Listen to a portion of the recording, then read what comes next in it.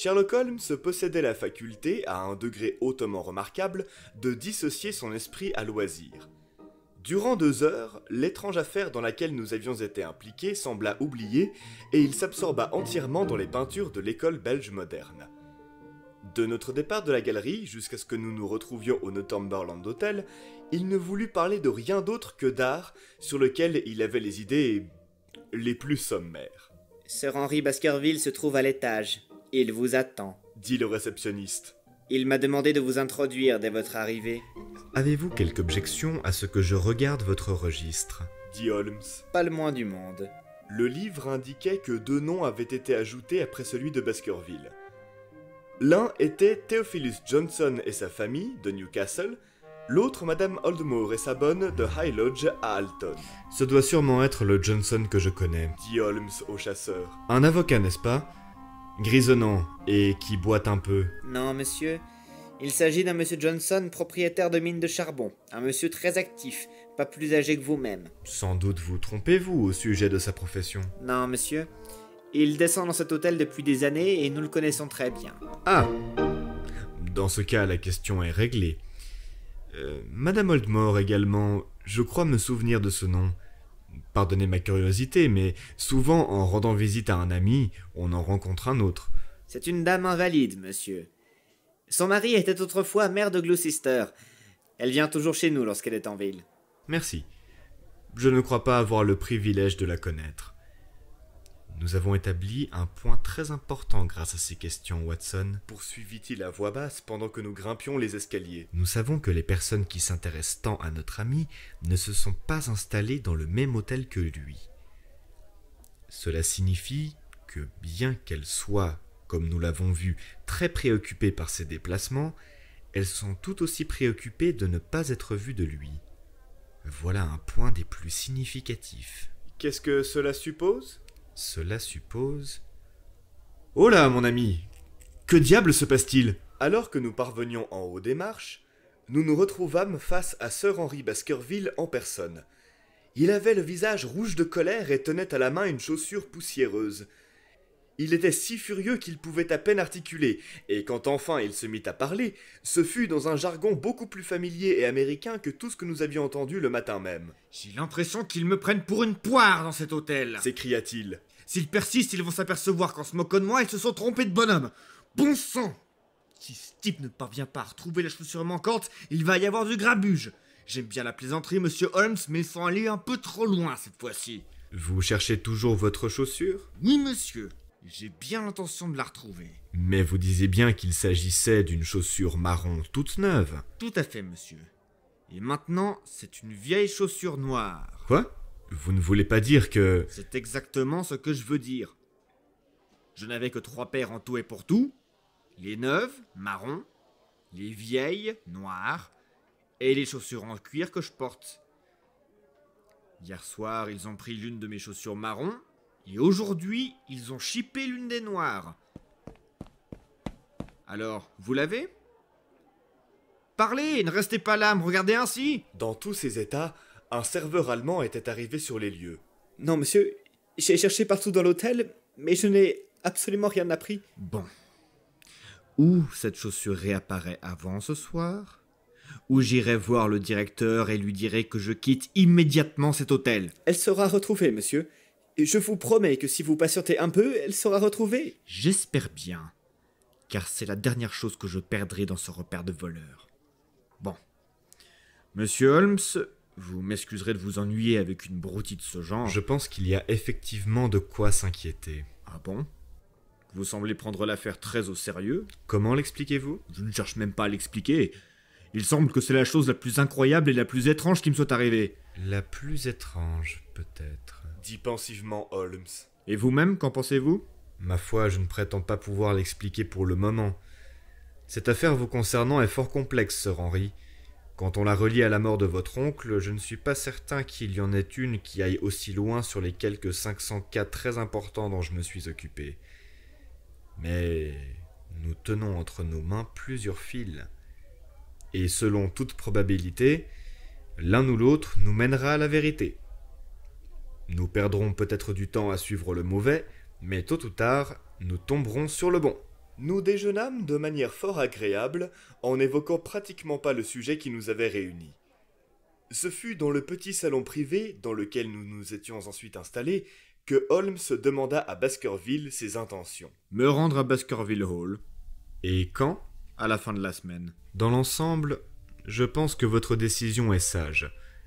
J'ai largement la preuve que vous êtes suivi à la trace ici à Londres, et parmi les millions de gens qui vivent dans cette grande cité, il est difficile de découvrir qui sont ces gens et quel est leur but. S'ils sont mal intentionnés, ils risquent de vous jouer un mauvais tour, et nous serions incapables de les en empêcher. Vous ne saviez pas, docteur Mortimer, que vous étiez suivi en quittant mon appartement ce matin? Le docteur Mortimer sursauta violemment. Suivi? Par qui? Cela, je ne peux malheureusement pas vous le dire. Y a-t-il parmi vos voisins ou vos relations à Dartmoor quelqu'un qui porte une grande barbe noire? Non? Ou bien attendez... Mais si! Barrymore! Le majordome de Sir Charles, il possède une grande barbe noire. Ah. Où se trouve Barrymore? Il a la garde du manoir. Nous devrions nous assurer qu'il s'y trouve bien, ou s'il est possible qu'il soit à Londres. Comment allez-vous procéder? Donnez-moi un formulaire de télégramme. Tout est prêt pour Sir Henry? Cela ira. Adressez-le à Monsieur Barrymore, Baskerville Hall. Quel est le bureau télégraphique le plus proche? Grimpen? Très bien. Nous allons envoyer un second câble au receveur des postes du bureau de Grimpen. Le télégramme adressé à Monsieur Barrymore doit lui être remis en main propre. En cas d'absence, prière de renvoyer le câble à Sir Henry Baskerville, Northumberland Hotel. Voici qui devrait nous permettre de savoir si Barrymore se trouve ou non à son poste dans le Devonshire. Voilà qui est fait. Dit Baskerville. À propos, docteur Mortimer, qui est donc ce Barrymore? C'est le fils de l'ancien gardien, qui est mort. Cela fait maintenant 4 générations qu'il s'occupe du manoir. Pour autant que je sache, lui et sa femme figurent parmi les couples les plus respectables du comté. D'un autre côté, Dit Baskerville. il apparaît clairement que tant qu'il n'y a personne de la famille au manoir, ces gens-là possèdent une demeure tout à fait remarquable et absolument rien à faire. C'est vrai. Est-ce que Barrymore figurait dans le testament de Sir Charles? Lui et sa femme ont reçu 500 livres chacun. Ah. Savait-il qu'il recevrait cela? Oui, Sir Charles adorait évoquer le contenu de son testament. Voilà qui est très intéressant. Et j'espère Dit le docteur Mortimer. que vous ne considérez pas d'un œil suspicieux tous ceux qui ont reçu un legs de Sir Charles, car il m'a également laissé 1000 livres. Vraiment? Et à qui d'autre? De nombreuses petites sommes étaient destinées à diverses personnes, et beaucoup de dons à des œuvres de charité. Le reste est revenu en totalité à Sir Henry. Et à combien s'élevait le reste? 740 000 livres. Holmes haussa les sourcils de surprise. Je ne pensais absolument pas qu'une somme aussi gigantesque était en jeu. Sir Charles avait la réputation d'être riche, mais nous ne savions pas à quel point avant d'examiner ses actifs. La valeur totale de son patrimoine approchait le million. Dieu. Voici un enjeu pour lequel un homme pourrait bien s'engager dans une partie fort risquée. Encore une question, docteur Mortimer. En supposant que quelque chose survienne à votre ami ici présent, vous me pardonnerez cette hypothèse fort désagréable, qui hériterait du domaine? Puisque Roger Baskerville, le jeune frère de Sir Charles, est mort sans s'être marié, le patrimoine reviendrait aux Desmond, des cousins éloignés. James Desmond est un homme d'église d'âge mûr qui vit dans le Westmoreland. Merci. Tous ces détails sont d'un grand intérêt. Avez-vous rencontré Monsieur James Desmond? Oui, il est descendu une fois rendre visite à Sir Charles. C'est un homme d'apparence très respectable qui mène une vie très pieuse. Je me souviens qu'il a refusé toute donation de Sir Charles malgré sa forte insistance. Et cet homme au goût très simple serait l'héritier de la fortune de Sir Charles? Il hériterait du domaine, selon la loi.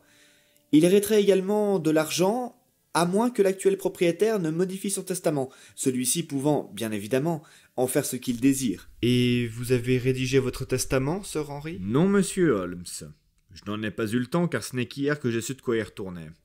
Mais de toute façon, je considère que les fonds doivent rester associés au titre et au domaine. C'était le souhait de mon pauvre oncle. Comment le propriétaire pourrait-il ressusciter le glorieux passé des Baskerville s'il n'a pas assez d'argent pour entretenir la propriété? La maison, la terre et les dollars doivent rester liés. Tout à fait. Eh bien, Sir Henry, Je suis totalement d'accord avec vous sur le fait de vous rendre sans tarder dans le Devonshire. Je n'ai qu'une seule recommandation à vous faire. Il ne faut absolument pas que vous y alliez tout seul. Le docteur Mortimer rentre avec moi. Mais le docteur Mortimer doit s'occuper de son cabinet et sa maison est à des kilomètres de la vôtre. Avec toute la meilleure volonté du monde, il risque de ne pas pouvoir vous aider. Non, Sir Henry, vous devez emmener avec vous quelqu'un, un homme de confiance qui sera toujours à vos côtés. Est-il possible que vous veniez vous-même, monsieur Holmes? Si les choses en arrivent à une crise, je m'efforcerai d'être présent en personne. Mais vous comprendrez qu'avec mon intense activité de conseil et les appels constants que je reçois d'un peu partout, il m'est impossible de m'absenter de Londres pour une durée indéterminée. À l'heure actuelle, l'un des noms les plus prestigieux d'Angleterre est souillé par un maître chanteur, et moi seul peux empêcher un scandale désastreux. Vous voyez qu'il m'est impossible de me rendre à Dartmoor. Qui me recommanderiez-vous alors? Holmes posa la main sur mon bras. Si mon ami voulait bien s'en charger, nul homme n'est plus précieux à ses côtés que lui lorsque la situation est délicate. Je suis le mieux placé pour l'affirmer. La proposition me prit totalement au dépourvu, mais avant même d'avoir eu le temps de répondre, Baskerville m'attrapa la main et la serra chaleureusement. Vraiment, c'est très aimable à vous, Dr. Watson, dit-il. Vous voyez comment je suis, et vous en savez tout autant que moi. Si vous descendez avec moi à Baskerville Hall pour me prêter assistance, je ne l'oublierai jamais. La perspective de l'aventure exerce toujours sur moi une réelle fascination, et j'étais flatté des propos de Holmes ainsi que de l'empressement avec lequel le baronnet me priait de l'accompagner. « Je viendrai avec plaisir, dis-je. Je ne vois guère comment mieux employer mon temps. » Vous me tiendrez soigneusement informé. Dit Holmes. Lorsqu'une crise surgira, comme c'est probable, je vous indiquerai comment agir. J'imagine que d'ici samedi, tout pourrait être prêt. Cela vous convient-il, Dr. Watson? Parfaitement. Alors, samedi, à moins d'une information contraire, nous nous retrouverons au train de Paddington qui part à 10h30. Nous nous étions levés pour partir, lorsque Baskerville poussa un cri de joie, puis plongea vers un coin de la pièce et en tira de sous une commode une chaussure marron. « Ma chaussure disparue !» s'écria-t-il. Puissent tous vos problèmes se dissiper aussi aisément, dit Sherlock Holmes. Voilà qui est tout de même très étrange. Fit observer le docteur Mortimer. J'ai soigneusement inspecté cette pièce avant le déjeuner. Et moi de même, Dit Baskerville. le moindre centimètre. Il n'y avait pas de chaussures à cet endroit-là, c'est sûr. Dans ce cas, le serviteur a dû la mettre ici tandis que nous déjeunions. On envoya chercher l'Allemand, mais il affirma tout ignorer de cette histoire et aucune investigation ne parvint à l'éclaircir. Un autre élément venait s'ajouter à cette série continuelle de petits mystères, apparemment sans fondement, qui s'étaient succédés à un rythme si élevé. En laissant de côté tout l'aspect sordide de l'histoire de la mort de Sir Charles, nous nous trouvions depuis 2 jours face à une suite d'incidents inexplicables parmi lesquels la réception de la lettre, l'espion à la barbe noire dans le fiacre, la perte de la chaussure marron toute neuve, la perte de la vieille chaussure noire, et à présent, le retour de la chaussure marron neuve. Holmes demeura silencieux lors de notre trajet de retour à Baker Street, et je savais, au froncement de ses sourcils et à son visage tranchant, que son esprit, tout comme le mien, s'efforçait activement d'imaginer le tableau dans lequel viendraient s'insérer tous ces épisodes étranges et apparemment sans relation entre eux. Tout l'après-midi, et jusqu'à une heure tardive de la soirée, il resta assis à fumer et à réfléchir. Juste après le dîner, 2 télégrammes nous parvinrent. Le premier disait « Vient d'apprendre que Barrymore se trouve au manoir Baskerville. » Et le second « Et visiter les 23 hôtels comme demandé. Désolé, incapable de trouver trace page découpée du Times. Cartwright. » Voilà 2 de mes pistes qui disparaissent, Watson. Il n'y a rien de plus stimulant qu'une affaire où tout se ligue contre vous. Nous devons instantanément nous mettre à la recherche d'une autre piste. Nous avons toujours le cocher qui a conduit l'espion. Exactement. J'ai envoyé un câble pour obtenir son nom et son adresse auprès du registre officiel. Je ne serais pas étonné que ce soit là une réponse à ma requête. Le son de la cloche révéla quelque chose de plus satisfaisant qu'une réponse, cependant, car la porte s'ouvrit pour laisser entrer un individu d'allure fruste, de toute évidence, l'homme lui-même. J'ai reçu un message du bureau principal qu'un monsieur habitant à cette adresse avait demandé le 2704. Ça fait 7 ans que je conduis un fiacre et jamais une seule plainte. Je viens directement du dépôt pour vous demander en face ce que vous avez à me reprocher. Je n'ai absolument rien contre vous, mon brave. Dit Holmes. Au contraire, j'ai là un demi-souverain pour vous si vous répondez franchement à mes questions. Eh ben, c'est décidément une bonne journée. Dit le cocher avec un sourire. Qu'est-ce que vous vouliez me demander, monsieur? Tout d'abord, vos noms et adresses, au cas où j'aurai à nouveau besoin de vous. John Clayton, 3 Torpey Street dans le Borough. Mon fiacre est au dépôt de Shipley près de la gare de Waterloo. Sherlock Holmes prit note. Maintenant, Clayton, parlez-moi de ce passager qui est venu ici et a surveillé cette maison à 10 heures du matin avant de suivre les deux messieurs le long de Regent Street. L'homme parut surpris et légèrement embarrassé. Eh ben, ça ne sert à rien que je vous dise ce que je sais, car vous semblez en savoir déjà autant que moi. La vérité, c'est que ce monsieur m'a dit être détective et de parler de lui à personne. Mon bon ami, ceci est une affaire très grave, et vous pourriez vous retrouver dans une position très fâcheuse si vous essayez de me cacher quoi que ce soit. Vous dites que votre passager a prétendu être détective. Oui, c'est exact. Quand vous a-t-il dit cela? Lorsqu'il est parti, A-t-il ajouté quelque chose? il m'a donné son nom. Holmes me lança un rapide regard de triomphe. Oh! Il vous a dit son nom, n'est-ce pas? Voilà qui est imprudent. Quel est le nom qu'il vous a donné? Son nom Dit le cocher. est Sherlock Holmes. Jamais je n'avais vu mon ami plus abasourdi que lorsque le cocher lui répondit. Il resta un moment silencieux, stupéfait. Puis il éclata franchement de rire, Touché, Watson, dit-il. il m'a indéniablement touché. Je devine une lame aussi vive et agile que la mienne. Il m'a joliment eu sur ce coup-là. Ainsi, son nom est Sherlock Holmes, n'est-ce pas? Oui, monsieur, c'est le nom de ce monsieur. Excellent. Dites-moi où vous l'avez chargé et tout ce qui s'est passé. Il m'a aidé à Trafalgar Square à 9h30. Il a dit être détective, et il m'a proposé 2 guinées si je faisais ce qu'il me demandait toute la journée sans poser de questions. J'ai accepté avec plaisir. D'abord, on s'est rendu au Northumberland Hotel, où on a attendu que 2 messieurs en sortent et prennent un fiacre qui attendait là. On l'a suivi jusqu'à ce qu'il s'arrête, quelque part près d'ici. À cette porte exactement? Oh, je pourrais pas le jurer, mais je dirais que mon passager était bien informé.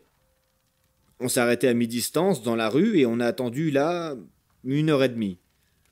Puis les 2 messieurs sont passés devant nous et on les a suivis le long de Baker Street, puis le long de... Je sais. jusqu'aux 3/4 de Regent Street. Puis mon bonhomme a refermé la capote et m'a crié de foncer aussi vite que possible jusqu'à la gare de Waterloo. J'ai fouetté ma jument et on y est arrivé en moins de 10 minutes. Puis, il a payé ses 2 guinées comme promis et il est rentré dans la gare. Au moment de partir, il s'est retourné et il m'a dit « Cela vous intéressera peut-être de savoir que vous avez transporté Monsieur Sherlock Holmes. » C'est comme ça que je connais son nom. Je vois.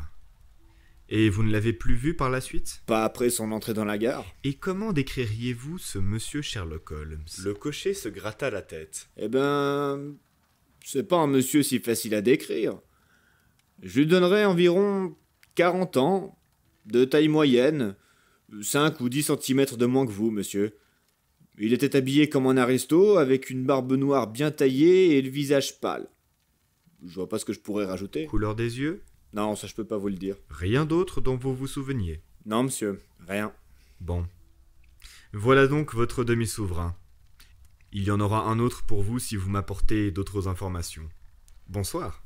Bonsoir, monsieur, et merci. John Clayton s'en alla, ravi, et Holmes se tourna vers moi en haussant les épaules et avec un sourire contrit.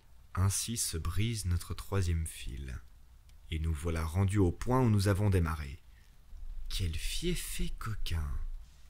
Il connaissait notre adresse, savait que Sir Henry Baskerville m'avait rendu visite, m'a repéré dans Regent Street, a deviné que j'avais relevé le numéro du fiacre et que je mettrais la main sur le cocher, et il a donc envoyé cet audacieux message. Je vous le dis, Watson, cette fois, nous voilà face à un adversaire digne de notre épée. J'ai été mis en échec à Londres. Je ne peux que vous souhaiter plus de réussite dans le Devonshire.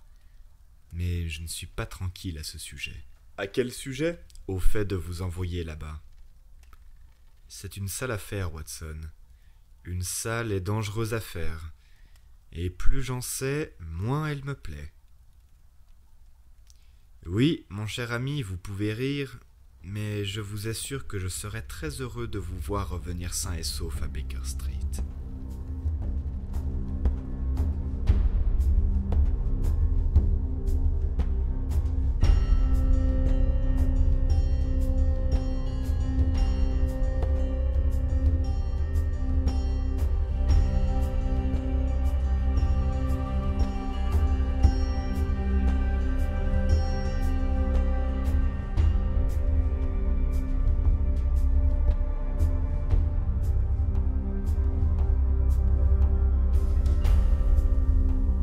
Sir Henry Baskerville et le docteur Mortimer étaient prêts le jour dit et nous partîmes comme prévu pour le Devonshire.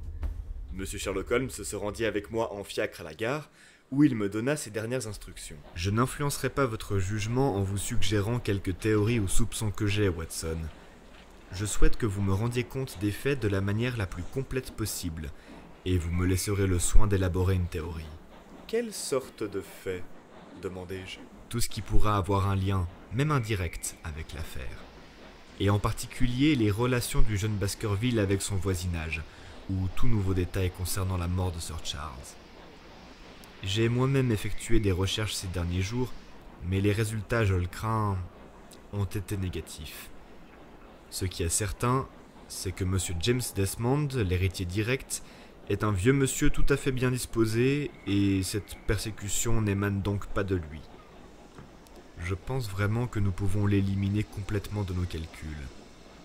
Reste l'entourage de Sir Baskerville sur la lande. Ne serait-il pas préférable de commencer par se débarrasser des Barrymore ? En aucune manière. Vous ne pourriez commettre erreur plus grave. S'ils sont innocents, ce serait une cruelle injustice, et s'ils sont coupables, nous perdrions toute chance de les confondre. Non, non. Nous allons les laisser sur notre liste de suspects. Il y a aussi un palefrenier au manoir, si je me souviens bien. Il y a 2 fermiers sur la lande. Il y a notre ami le docteur Mortimer, dont je pense qu'il est tout à fait honnête, et sa femme dont nous ne savons rien. Il y a ce naturaliste, Stapleton, et sa sœur, une jeune femme que l'on dit attirante. Il y a monsieur Frankland de l'After Hall, également un élément inconnu, et encore 2 ou 3 autres voisins. Voilà les personnes qui constitueront votre principal sujet d'étude. Je ferai de mon mieux. Vous possédez des armes, je présume ? Oui, j'ai jugé qu'il valait mieux les prendre. Tout à fait. Gardez votre revolver auprès de vous de jour comme de nuit, et ne relâchez jamais votre surveillance. Nos amis avaient déjà réservé un compartiment de première classe et nous attendaient sur le quai. Non, nous n'avons reçu aucune nouvelle. Dit le docteur Mortimer en réponse aux questions de mon ami. Je ne peux jurer que d'une chose, c'est que nous n'avons pas été suivis durant ces 2 derniers jours. Nous ne sommes jamais sortis sans observer une précaution minutieuse, et personne n'aurait pu échapper à notre vigilance. Vous êtes constamment restés ensemble, je suppose ? Sauf hier après-midi. Je consacre généralement une journée à me divertir lorsque je me rends en ville, et j'ai donc passé au musée de la faculté de médecine. Et je me suis rendu dans un parc pour observer les gens. Dit Baskerville. Mais nous n'avons rencontré aucun problème. C'était imprudent tout de même. Dit Holmes en secouant la tête avec une extrême gravité. Je vous prie, Sir Henry, de ne pas sortir seul. Un grand malheur vous arrivera si vous le faites. Avez-vous récupéré votre chaussure ? Non, monsieur. Elle a disparu pour toujours. Bien. Cela est très intéressant. Au revoir donc, Ajouta-t-il alors que le train commençait à glisser le long du quai. Gardez à l'esprit, Sir Henry, l'une des phrases de cette vieille et étrange légende que le docteur Mortimer nous a lue, et évitez la lande durant ces heures ténébreuses au cours desquelles les forces du mal sont exaltées. Je me retournai vers le quai quand nous nous fûmes éloignés et vis la grande et austère silhouette de Holmes, immobile, qui nous observait. Le voyage fut rapide et agréable, et je le passai à faire plus ample connaissance avec mes 2 compagnons et à jouer avec l'épagnole du docteur Mortimer. Après quelques heures à peine, la terre avait viré du marron au rougeâtre, la brique avait cédé la place au granit, et des vaches rousses paissaient dans les prés bien clos où l'herbe grasse et la végétation luxuriante indiquaient un climat plus clément, plus humide. Le jeune Baskerville regardait intensément par la fenêtre, et il se mit à pousser des cris de joie en reconnaissant l'aspect familier du paysage du Devonshire. J'ai parcouru une bonne partie du monde depuis que je suis parti, mais je n'ai jamais vu un endroit comparable. Je n'ai jamais connu quelqu'un du Devonshire qui ne jure pas que par son propre comté, remarquai-je. Cela dépend de son origine autant que du comté. Dit le docteur Mortimer. Au premier coup d'œil, on voit que notre ami possède la tête ronde du Celte qui porte en elle cet enthousiasme et cette faculté à s'attacher. Celle de Sir Charles était d'un type très rare, avec des traits moitié gaéliques et moitié irlandais. Mais vous étiez très jeune lorsque vous avez vu Baskerville Hall, non? J'étais adolescent lorsque mon père est mort, et je n'avais jamais vu le manoir car il habitait un petit cottage au sud près de la côte. Je suis ensuite parti directement chez un ami en Amérique. Je vous assure que tout ici est aussi nouveau pour moi que pour le Dr Watson, et je suis très impatient de découvrir la lande. Vraiment? Votre vœu est donc facilement exaucé, car voici le premier aperçu que vous pouvez en avoir. Dit le docteur Mortimer en désignant l'extérieur du wagon. Au-delà des carrés verts formés par les champs et de la courbe douce d'un bois, s'élevait au loin une colline grise et mélancolique, au sommet étrangement accidenté, flou et indistinct à cette distance, comme le paysage fantastique d'un rêve. Baskerville resta un long moment les yeux rivés dessus, et je pus voir à son expression émue combien comptait pour lui cette première vision du lieu étrange que les hommes de son sang avaient si longtemps dominé et qu'ils avaient marqué si profondément de leur empreinte. Il était assis là, avec son costume de tweed et son accent américain, dans ce banal wagon de chemin de fer, et pourtant, en observant ce visage tanné et expressif, je perçus plus que jamais à quel point il était un pur descendant de cette longue lignée d'hommes au sang noble, enflammé et à l'autorité naturelle. Il y avait de la fierté, de la bravoure et de la force dans ses sourcils épais et ses narines délicates, ainsi que dans ses grands yeux noisettes. Si une quête difficile et dangereuse nous attendait sur cette lande menaçante, au moins Baskerville serait-il un compagnon pour lequel on était prêt à prendre des risques, avec la certitude qu'il en endosserait courageusement sa part. Le train s'arrêta dans une petite gare le long de la voie, et nous descendîmes tous. Au dehors, après la basse barrière blanche, une wagonnette et ses 2 chevaux attendaient. Notre arrivée représentait à l'évidence un grand événement, car le chef de gare et les porteurs se pressèrent autour de nous pour prendre nos bagages. C'est une jolie petite gare de campagne, toute simple, mais je fus surpris de constater qu'à la porte étaient postés 2 hommes à l'allure de soldats, vêtus d'uniformes sombres et appuyés sur leurs courts fusils, qui nous regardèrent avec attention lorsque nous passâmes devant eux. Le cocher, un petit homme noueux au visage dur, salua Sir Henry Baskerville, et quelques minutes plus tard, nous roulions à vive allure sur la large route blanche. Des pâtures s'étendaient de chaque côté de la route en épousant le relief arrondi. De vieilles maisons à pignons dépassaient de l'épais feuillage vert, mais derrière la tranquille campagne baignée de soleil, on apercevait, sombre contre le ciel couchant, la ligne courbe et lugubre de la lande, seulement brisée par les sinistres collines accidentées. La petite voiture bifurqua sur une route de traverse, et nous gravîmes les courbes de ces allées usées par des siècles de roues, bordées de hauts talus chargés de mousse humide et de fougères scolopendres. Des fougères rougeoyantes et des ronces marbrées luisaient à la lumière du soleil couchant. Sans cesser de monter, nous franchîmes un petit pont de pierre, longeâmes un torrent bruyant qui plongeait rapidement entre les blocs rocheux, écumant et grondant. La route et le torrent serpentaient à travers une vallée où abondaient les petits chênes et les sapins. À chaque virage, Baskerville poussait une exclamation de joie, regardant intensément tout autour de lui et posant sans cesse des questions.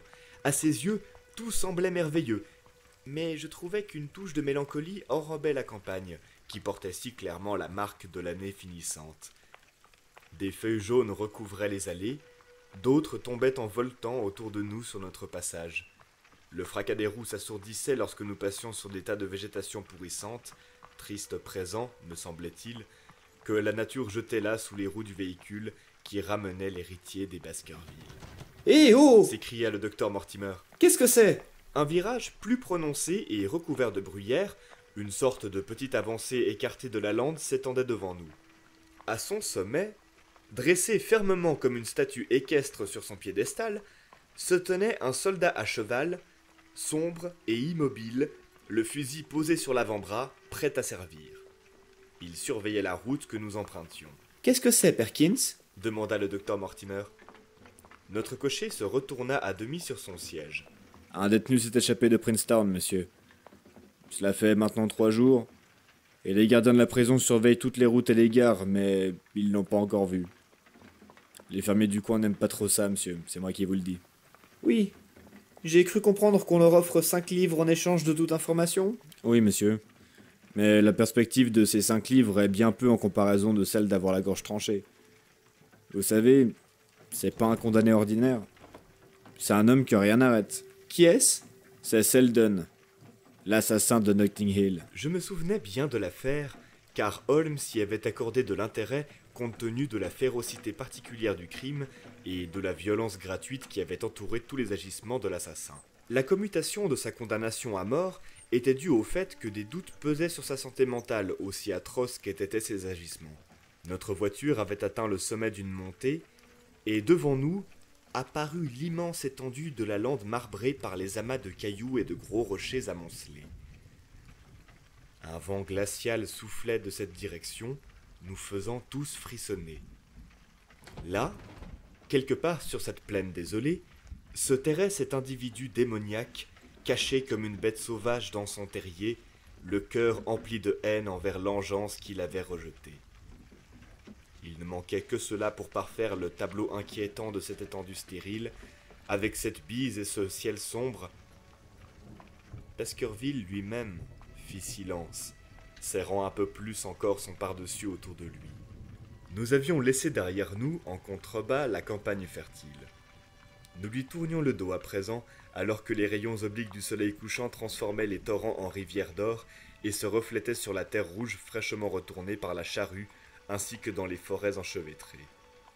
La route devant nous devenait plus austère et sauvage sur les immenses pentes rousses ou olives, parsemées de rochers énormes. De temps en temps, nous passions devant une maison aux toits et aux murs de pierre, sans lierre pour en adoucir l'aspect rugueux. Soudain, nous plongeâmes le regard dans une dépression en forme de coupe, parsemée de chênes rabougris et de sapins tordus et pliés par des années de tempêtes furieuses. 2 hautes tours étroites s'élevaient entre les arbres. Le cocher les désigna de son fouet. Baskerville Hall. Son propriétaire s'était levé et regardait intensément, les joues rosies et les yeux brillants. Quelques minutes plus tard, nous avions atteint les portes du domaine, lassis de formes fantastiques en fer forgé, flanqués de part et d'autre de piliers usés par les intempéries, recouverts de lichens et surmontés de têtes de sangliers, l'emblème des Baskerville. Le pavillon n'était plus qu'une ruine de granit et de poutres nues, mais en face s'élevait un nouveau bâtiment, inachevé, premier fruit de l'or sud-africain de Sir Charles. Nous pénétrâmes par le portail dans l'allée, où le bruit des roues fut à nouveau assourdi par les feuilles, et les arbres vénérables déployaient leurs branches qui formaient un tunnel sombre au-dessus de nos têtes. Baskerville frissonna en regardant le long chemin obscur au bout duquel la maison brillait faiblement, comme une apparition fantomatique. « Ça s'est passé ici ?» demanda-t-il à voix basse. Non, non. L'allée des Ifs se trouve de l'autre côté. Le jeune héritier regarda autour de lui d'un air sombre. Pas étonnant que mon oncle ait senti que des ennuis s'abattraient sur lui dans un endroit pareil. Il ferait peur à n'importe qui. J'aurais fait installer ici une rangée de lampes électriques avant 6 mois, et vous ne le reconnaîtrez plus lorsqu'il y aura là, juste devant la porte d'entrée, une ampoule Swan et Edison de la puissance d'un millier de bougies. L'allée s'ouvrait sur une large étendue de gazon, et la maison se trouvait devant nous. Dans la lumière déclinante, je vis que la partie centrale était composée d'un bâtiment imposant précédé d'une véranda. Tout le devant était recouvert de lierre, à l'exception de quelques espaces çà et là, où une fenêtre ou des armoiries apparaissaient à travers le sombre manteau végétal. De ce bloc central s'élevaient les 2 tours jumelles, anciennes et crénelées, percées de nombreuses meurtrières. De part et d'autre des tourelles se trouvaient des ailes plus modernes en granit noir. Une faible lumière brillait par les lourdes fenêtres à meneaux, et des hautes cheminées qui s'élançaient au-dessus du toit très pentu s'élevait une seule colonne de fumée noire. « Bienvenue, Sir Henry. Bienvenue à Baskerville Hall. » Un homme de haute taille avait surgi de l'ombre pour venir ouvrir la porte de notre voiture. La silhouette d'une femme se découpait dans la lumière jaune du vestibule. Elle sortit pour aider l'homme à descendre nos bagages. Vous ne m'en voudrez pas si je rentre directement chez moi, Sir Henry? Dit le docteur Mortimer. Ma femme m'attend. Vous allez bien rester dîner. Non, je dois y aller. Il y a probablement du travail qui m'attend. Je serais bien resté pour vous faire visiter la maison, mais Barrymore fera un bien meilleur guide que moi. Au revoir, et n'hésitez pas à m'envoyer chercher, de jour comme de nuit, si je peux vous être utile. Le bruit des roues s'évanouit le long de l'allée, tandis que Sir Henry et moi pénétrions dans le vestibule, et la porte se referma bruyamment derrière nous. Nous nous retrouvâmes dans une fort belle pièce, grande et haute de plafond, lourdement charpentée de solives de chêne noircies par le temps. Dans la grande cheminée antique, derrière 2 gros chenets de fer, un feu crépitait et claquait. Sir Henry et moi approchâmes nos mains, car nous étions tout engourdis après ce long trajet en voiture. Puis nous examinâmes autour de nous les hautes et étroites fenêtres de verre coloré, les boiseries de chêne, et les trophées et les armoires sur les murs, faiblement éclairés par la lumière centrale. « C'est exactement comme je l'imaginais, » dit Sir Henry. « N'est-ce pas là l'image même d'une vieille demeure familiale? Songez que c'est dans cette pièce même que les miens ont vécu depuis 500 ans. Quelle solennité quand j'y pense. » Je vis son visage sombre s'illuminer d'un enthousiasme juvénile tandis qu'il regardait autour de lui. Il était placé dans la lumière, mais de grandes ombres dansaient sur les murs, formant comme un dais noir au-dessus de sa tête. Barrymore était revenu après avoir déposé nos bagages dans nos chambres. Il se tenait maintenant devant nous, à la manière discrète d'un serviteur expérimenté. C'était un homme d'allure remarquable, grand, bel homme, avec une barbe noire carrée et une figure pâle et distinguée. « Souhaitez-vous que le dîner soit servi tout de suite, monsieur ? Est-il prêt? D'ici quelques minutes, monsieur. Vous trouverez de l'eau chaude dans vos chambres. Ma femme et moi serons heureux, Sir Henry, de demeurer avec vous jusqu'à ce que vous ayez pu vous organiser à votre guise, mais vous comprendrez bien que, dans ces circonstances nouvelles, cette maison exigera désormais une domesticité importante. » Quelles circonstances nouvelles? Je veux simplement dire, monsieur, que Sir Charles menait une vie très retirée et que nous parvenions à satisfaire ses besoins. Vous souhaiterez tout naturellement avoir plus de compagnie et vous devrez donc opérer des changements dans cette maisonnée. Voulez-vous dire que votre femme et vous souhaitez partir? Seulement lorsque ce sera pratique pour vous, monsieur. Mais votre famille vit avec nous depuis plusieurs générations, n'est-ce pas? Je serais désolé d'entamer mon existence ici en brisant une vieille relation familiale. Il me semblait percevoir une certaine émotion sur le visage pâle du majordome. J'ai également ce sentiment, monsieur, ainsi que ma femme. Mais pour vous dire la vérité, monsieur, nous étions tous deux très attachés à Sir Charles, et sa disparition nous a causé un choc qui rend notre présence en ces lieux très douloureuse. Je crains que nous ne soyons plus jamais à notre aise à Baskerville Hall. Mais qu'avez-vous l'intention de faire? Je suis sûr, monsieur, que nous pouvons établir une petite affaire à notre compte. La générosité de Sir Charles nous en a donné les moyens. Et maintenant, monsieur, peut-être pourrais-je vous montrer vos chambres. Une coursive carrée, munie d'une balustrade, courait à l'étage le long du hall vénérable. 2 volets de marche permettaient d'y accéder. De ce point central, 2 longs couloirs parcouraient toute la longueur de la bâtisse sur laquelle s'ouvraient toutes les chambres. La mienne se trouvait dans la même aile que celle de Baskerville, presque à côté. Ces pièces paraissaient beaucoup plus récentes que la partie centrale de la maison, et le clair papier peint ainsi que les nombreuses chandelles atténuaient quelque peu la lugubre impression que j'avais éprouvée lors de notre arrivée. Mais la salle à manger qui jouxtait le grand hall était un endroit obscur et triste. C'était une pièce tout en longueur, avec une marche qui séparait l'estrade où dînait la famille de la partie basse réservée aux employés. À une extrémité, elle était dominée par une tribune pour les musiciens. Des poutres noires s'étiraient au-dessus de nos têtes sous un plafond noir de fumée. Avec des rangées de torches pour l'éclairer, le pittoresque et la gaieté virile d'un banquet d'autrefois, l'aspect en aurait été adouci, mais à présent, quand 2 gentlemen tout de noir vêtus s'assirent dans le petit cercle de lumière dispensé par une lampe à abat-jour, les voix se firent chuchotantes, L'attitude contenue. Une austère lignée d'ancêtres, habillés de toutes les manières possibles, du chevalier élisabétain au dandy de la Régence, nous contemplaient et nous intimidaient par leur présence silencieuse. Nous ne parlâmes guère, et je fus bien content lorsque nous eûmes terminé notre repas et que nous pûmes nous retirer dans la salle de billard, moderne, pour y fumer une cigarette. Ma parole. Ce n'est pas un endroit très joyeux, Dit Sir Henry. Je suppose que l'on doit pouvoir s'y habituer, mais pour le moment, je ne me sens pas vraiment à ma place. Je ne m'étonne pas que mon oncle soit devenu un peu nerveux s'il vivait tout seul dans une maison pareille. Cependant, si cela vous convient, nous irons nous coucher de bonne heure ce soir et peut-être les choses nous paraîtront-elles plus gaies au matin. Avant de me mettre au lit, je tirai le rideau et regardai par la fenêtre. Elle ouvrait sur l'étendue de gazon devant la porte d'entrée. Au-delà, 2 bosquets d'arbres gémissaient en se balançant au gré du vent qui se levait.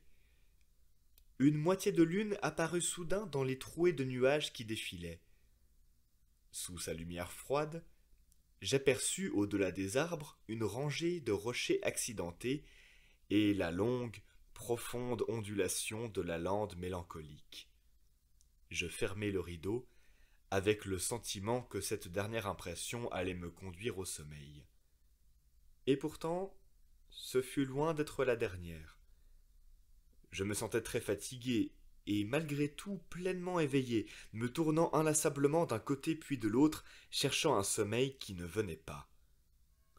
Au loin, une cloche sonnait les quarts d'heure, mais sinon régnait un silence de mort sur la vénérable demeure.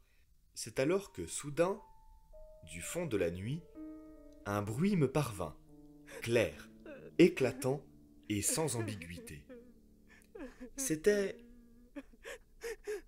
les sanglots d'une femme, le hoquet étouffé et étranglé d'une personne ravagée par un chagrin incontrôlable. Le bruit ne pouvait pas venir de bien loin, et venait sans doute même de la maison.